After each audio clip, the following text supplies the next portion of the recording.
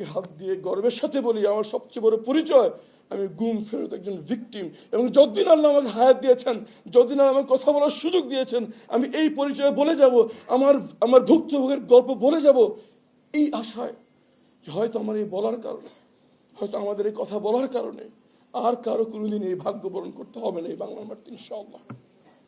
তার জন্য দরকার শক্ত আইন, তার জন্য দরকার সরকারের সুনির্দিষ্ট সিদ্ধান্ত, এবং যেসব জিনিস আমাদের এগুলো মনে করিয়ে দেয় যে অন্যতম হচ্ছে জুলাই জাদুঘর, এটাকে আমাদের লালন পালন করতে হবে। জুলাই জাদুঘর আমাদের পরবর্তী প্রজন্মর ফ্যাসিবাদের পাঠশালা।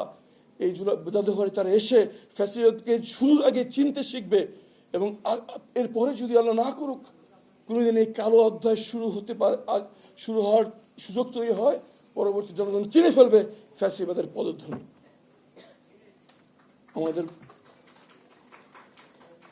মাননীয় ফখরুল স্যার, আপনার মাধ্যমে সরকারকে জানাতে চাই, এখানে যারা আছেন তারা তুলনামূলক ভালো, এবং অনেক পরিবার আছেন যাদের এখানে ঢাকায় এসে আপনার সামনে কষ্টের কথা বলার সুযোগটা তাদের নেই। অবিলম্বে তাদের তালিকা করে কিছু না কিছু কম্পেনসেশন দেওয়া উচিত, এককালীন অথবা মাসিক, যেটা সরকার ভালো মনে করে। কিন্তু এই দায়িত্বটুকু আমাদের পালন করতে হবে, আর একটি দিনে আর একটি ক্ষণ যেন তাদের অপেক্ষা থাকতে না হয়।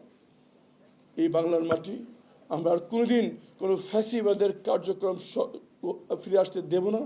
আমাদের ভিকটিম পরিবারদেরকে সরকার ওন করে, তাদের আশ্রয় দান করে, এই যে ক্ষত তৈরি হয়েছে তার একটি উপশম এবং হিলিংয়ের ব্যবস্থা করে, আবার জাতিগতভাবে এক হয়ে একসাথে এক জাতি হিসেবে আমরা বাঁচতে চাই। আমরা গর্বের সাথে বুকে হাত দিয়ে বলতে চাই, আমি বাংলাদেশি। আমরা বলতে চাই, আমাদের জন্মভূমি নয় মাতৃভূমি হয় মৃত্যু, মাতৃভূমি নয় মৃত্যু, জান দেব কিন্তু জুলাই দেব না। বাংলাদেশ জিন্দাবাদ।